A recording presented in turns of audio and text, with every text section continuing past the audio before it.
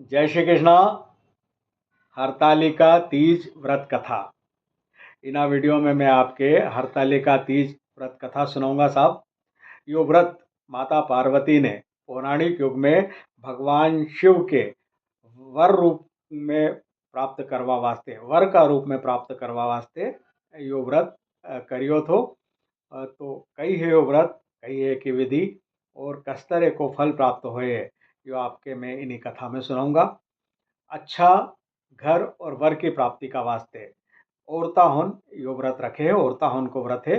और एक बात और, यो व्रत अखंड व्रत है। उद्यापन कर्या बाद भी यो व्रत टूटे नहीं है। यो व्रत ताउम्र चलतो रहे। महिला होन पूरी उम्र भर यो व्रत राखे है। इसमें थोड़ी शिथिलता हो जाए, कोई कोई निराहार रखे है। बाद में अगर उद्यापन कर दो तो पानी पी सको या थोड़ा बहुत फलाहार भी करी सको। बाकी उद्यापन कर्या बाद भी यो व्रत टूटे नहीं है, यो बात ध्यान रखना है। तो सब हरतालिका तीज व्रत कथा पोथी का अनुसार हूँ आपके सुनाने जा रहा हूँ। उससे पहले आपसे यो निवेदन है कि हमारा यूट्यूब चैनल इंदौरी रंग देवेंद्र जोशी का संग के सब्सक्राइब कर जो।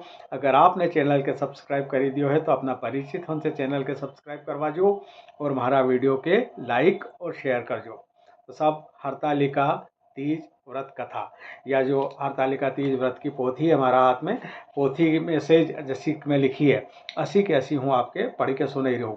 और एक बात और, व्रत रखवा वाली, हरतालिका तीज व्रत करवा वाली प्रत्येक महिला के यह कथा पोथी का अनुसार सुननी चाहिए, तभी ओके व्रत को पूरा फल प्राप्त हुए है और तभी वो व्रत भी लागे है।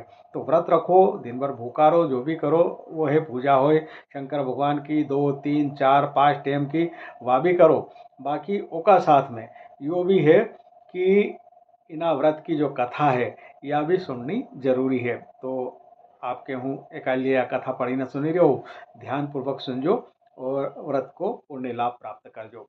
अथ श्री हरतालिका व्रत कथा। अथ हरतालिका व्रत कथा सुनो जो इस प्रकार से है। जिसके दिव्य वेश राशि पर मंदार आक के पुष्प की माला शोभा देती है, जिस भगवान चंद्रशेखर के कंठ में मुंडों की माला पड़ी हुई, जो माता पार्वती दिव्य वस्त्रों में भगवान शंकर दिगंबर वेश धारण किए हैं, उन भगवती तथा शंकर को मैं नमस्कार करता हूँ। कैलाश पर्वत के शिखर पर माता पार्वती ने महादेव से पूछा, हे महेश्वर, अब आप हमसे गुप्त से गुप्त वार्ता कहिए, जो सबके लिए सब धर्मों से सरल हो अथवा महान फल देने वाली हो। हे नाथ, अब आप हमसे भली भांति प्रसन्न होकर आप मेरे सम्मुख प्रकट कीजिए। हे नाथ, आप यदि मन्य और अंत्य रहित थे, आपकी माया का कोई पार नहीं है। अब हम आपको किस प्रकार से प्राप्त करें और कौन कौन से दान्य पुण्य फल से हमें वर रूप में आप मिले। तब महादेव जी बोले कि हे देवी सुनो, मैं उस व्रत को कहता हूँ जो परम गुप्त है, मेरा सर्वस्व है। जैसे तारागणों में चंद्रमा, ग्रहों में सूर्य, वर्णों में ब्राह्मण और देवताओं में गंगा, पुराणों में महाभारत, वेदों में शाम, इंद्रियों में मन श्रेष्ठ है, वैसे वैसे ही पुराण वेद में इसका वर्णन आया है, जिसके प्रभाव से तुमको मेरा आसन प्राप्त हुआ है। हे प्रिय, यही मैं तुमसे वर्णन करता हूँ। अब सुनो, भादो मास के शुक्ल पक्ष को हस्त नक्षत्र तृतीया तीज के दिन को इस व्रत का अनुष्ठान करने से सब पापों का नाश हो जाता है। हे देवी सुनो, तुमने पहले हिमालय पर्वत पर इस व्रत को किया था, जो मैं सुनाता हूँ। पार्वती जी बोली, हे प्रभु, इस व्रत को मैंने किस लिए किया था, वह सुनने की इच्छा है, सो कहिए। शंकर जी बोले, आर्यवर्त में हिमांचल नामक एक पर्वत है, जहाँ अनेक प्रकार की भूमि अनेक प्रकार के वृक्षों से सुशोभित है, जिन पर अनेक प्रकार के पक्षीगण रहते हैं। अनेक प्रकार के मृग आदि वहाँ विचरण करते हैं, जहाँ देवता गंधर्वों सहित किन्नर आदि सिद्ध जन रहते हैं। गंधर्वगण प्रसन्नता पूर्वक गान करते हैं। पहाड़ों के शिखर कंचन मणि वैद्य आदि से सुशोभित रहते हैं। वह गिरिराज आकाश को अपना मित्र जानकर अपने शिखर रूपी हाथ से छूता रहता है, जो सदैव बर्फ से ढका हुआ गंगा जी की कलकल ध्वनि से शब्दायमान रहते हैं। हे गिरिजे, तुमने बाल्यकाल में इसी स्थान पर तप किया था। 12 साल नीचे को मुख करके धूम्रपान किया। जब फिर 64 वर्ष तुमने बेल के पत्ते भोजन करके ही तप किया। माघ के महीने में जल में रहकर तथा वैशाख में अग्नि में प्रवेश करके तप किया। श्रावण के महीने में बाहर खुले निवास का अन्न जल त्याग तप करती रही। तुम्हारे कष्टों को देख तुम्हारे पिता को चिंता हुई। वे चिंतातुर होकर सोचने लगे कि मैं इस कन्या को किसके साथ वर्ण करूं। तब इस अवसर पर देवयोग से ब्रह्मा जी के पुत्र देवर्षि नारद जी वहां आए। देवर्षि नारद जी तुमको शैली पुत्री को देखा देवर्षि नारद जी ने तुमको देखा, जो तुम्हारे पिता हिमांचल ने देवर्षि को अद्य पद्म आसन देकर सम्मान सहित बिठाया और कहा, हे मुनिवर, आज आपने यहाँ तक आने का कष्ट कैसे किया। आज मेरा अहोभाग्य है कि आपका शुभागमन यहाँ पर हुआ, इसलिए क्या आज्ञा है। आज मेरा अहोभाग्य है। तब नारद जी बोले कि हे गिरिराज, मैं विष्णु का भेजा हुआ आया हूँ। तुम मेरी बात सुनो। आप अपनी लड़की को उत्तम वरदान करें। ब्रह्मा, इंद्र, शिव आदि देवताओं में विष्णु के समान कोई नहीं है। इसलिए तुम मेरे मत से आप अपनी पुत्री का दान विष्णु भगवान को दे दे। हिमांचल बोले, यदि भगवान वासुदेव स्वयं पुत्री को ग्रहण करना चाहते हैं तो फिर इसी कार्य के लिए ही आपका आगमन हुआ है, तो यह मेरे गौरव की बात है। मैं अवश्य उनको ही दूंगा। हिमांचल की यह कथा सुनते ही देवर्षि नारद जी आकाश में अंतर्ध्यान हो गए और शंख, चक्र, गदा, पद्म तथा पीताम्बरधारी विष्णु के पास पहुंचे। नारद जी ने हाथ जोड़कर विष्णु जी से कहा, हे प्रभु, आपका विवाह कार्य निश्चित हो गया है। यहाँ हिमांचल ने प्रसन्नता पूर्वक कहा है, हे पुत्री, मैंने तुमको गरुड़ध्वज नामक भगवान विष्णु को अर्पण कर दिया है। पिता के वाक्यों को सुनते ही पार्वती जी अपनी सहेली के घर गई और पृथ्वी पर गिरकर अत्यंत दुखित होकर विलाप करने लगी।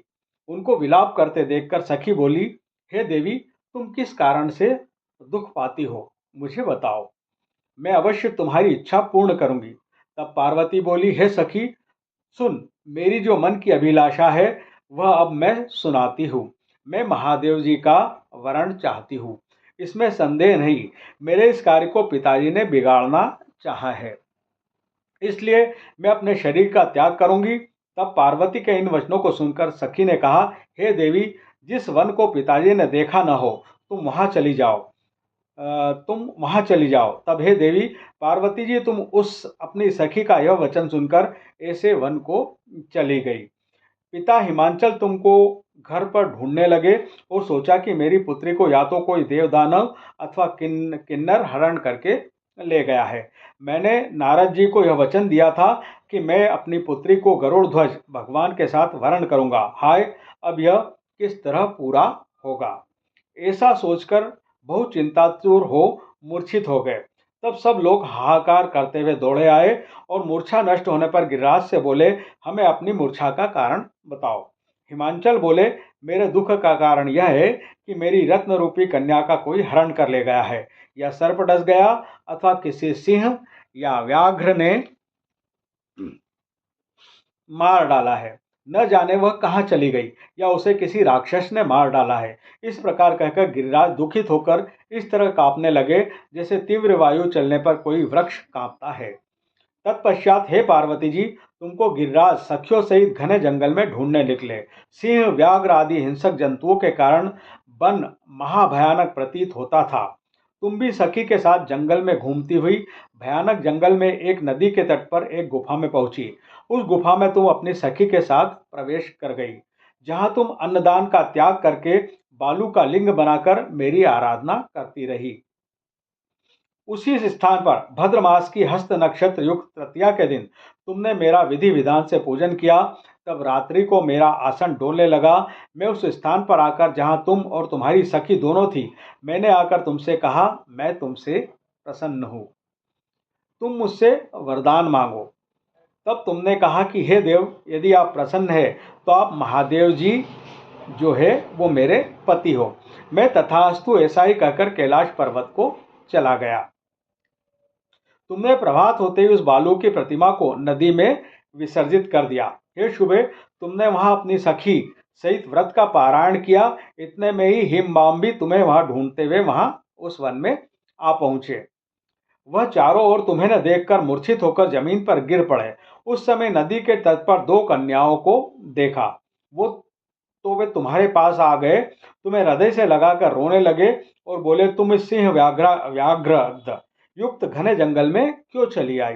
पार्वती जी बोली, हे पिता सुनिए, मैंने पहले ही अपना शरीर शंकर जी को समर्पित कर दिया था, किंतु आपने इसके विपरीत कार्य किया, इसलिए मैं वन में चली आई। ऐसा सुन कर हिमवान ने फिर तुमसे कहा कि मैं तुम्हारी इच्छा के विरुद्ध यह कार्य नहीं करूंगा। तब वे तुमको लेकर घर आए और तुम्हारा विवाह तुम्हारे हमारे साथ कर दिया। हे प्रिय, उसी व्रत के प्रभाव से तुमको यह मेरा अर्धासन प्राप्त हुआ है। इस व्रत राज को मैंने अभी तक किसी के सम्मुख वर्णन नहीं किया है। हे देवी, अब मैं तुमको बताता हूँ, सो मन लगाकर सुनो। इस व्रत का नाम व्रतराज क्यों पड़ा है? तुमको सखी हरण करके ले गई थी, इसलिए इस व्रत का हरतालिका नाम पड़ा है। हरतालिका व्रत जो है वो। पार्वती जी बोली, हे स्वामी, आपने इस व्रतराज का नाम तो बता दिया, किंतु मुझे इसकी विधि एवं फल भी बताइए। इसके करने से किस फल की प्राप्ति होती है? तब शंकर जी बोले कि स्त्री जाति के अत्युत्तम व्रत की विधि सुनिए। सौभाग्य की इच्छा रखने वाली स्त्री इस व्रत को विधि पूर्वक करे। उसमें केले के खंभों के मंडप बनाकर बंधन बारों से सुशोभित करे। उसमें विविध रंगों से रेशमी वस्त्र की चांदनी तान देवे। फिर चंदन आदि सुगंधित द्रव्यों से लेपन करके स्त्रियों एकत्र हो शंख भैरवी मृदंग बजावे, विधि पूर्वक मंगलाचार गीत वाद्य करे, गौरा और शंकर स्वर्ण निर्मित प्रतिमा को स्थापित करे। फिर शिवजी व पार्वती जी का गंध धूप दीप पुष्प आदि से विधि सहित पूजन कर अनेक प्रकार से नैवेद्य मिठाइयों का भोग लगा दे और रात को जागरण करे। नारियल, सुपारी, जवारी, नींबू, अनार, नारंगी आदि फलों को एकत्रित करके धूप दीप आदि मंत्रों द्वारा पूजन करें। फिर मंत्रों का उच्चारण करें। शिवाय से लेकर उपसाय तक के मंत्रों में प्रार्थना कर। अथ प्रार्थना मंत्रार्थ है, कल्याण स्वरूप शिव है, मंगल रूप महेश्वरा है। हे शिवे, आप हमें सब कामनाओं को देने वाली देवी कल्याण रूपे तुमको नमस्कार है। कल्याण स्वरूप माता पार्वती जी, हम आपको नमस्कार करते हैं और श्री शंकर जी को सदैव नमस्कार करते हैं। ब्रह्मा फपणी जगत का पालन करने वाली माता जी, आपको नमस्कार है। हे सिंह वाहिनी, सांसारिक भय से व्याकुल हूँ, मेरी रक्षा करे। हे महेश्वरी, मेरी इस अभिलाषा से आपका पूजन किया है, मैंने इस अभिलाषा से आपका पूजन किया है। हे पार्वती माता, आप हमारे ऊपर प्रसन्न होकर मुझे और सौभाग्य प्रदान कीजिए। इस प्रकार मंत्रों द्वारा उमा सहित शंकर जी का पूजन करें तथा विधि विधान सहित तथा कथा सुनकर गो वस्त्र तथा आभूषण ब्राह्मणों को दान करें। इस प्रकार से पति तथा पत्नी को एकाग्र चित्त होकर पूजन करने, वस्त्र आभूषण आदि संकल्प द्वारा ब्राह्मण को दक्षिणा दे। हे देवी, इस प्रकार व्रत करने वालों के सभी पाप नष्ट हो जाते हैं। फिर वह 7 जन्म तक राज्य सुख और भाग्य को भोगते हैं। जो स्त्री इस तृतीया के दिन अनाहार रहती है, व्रत को नहीं करती, वह 7 जन्म तक वंध्या एवं विधवा होती है।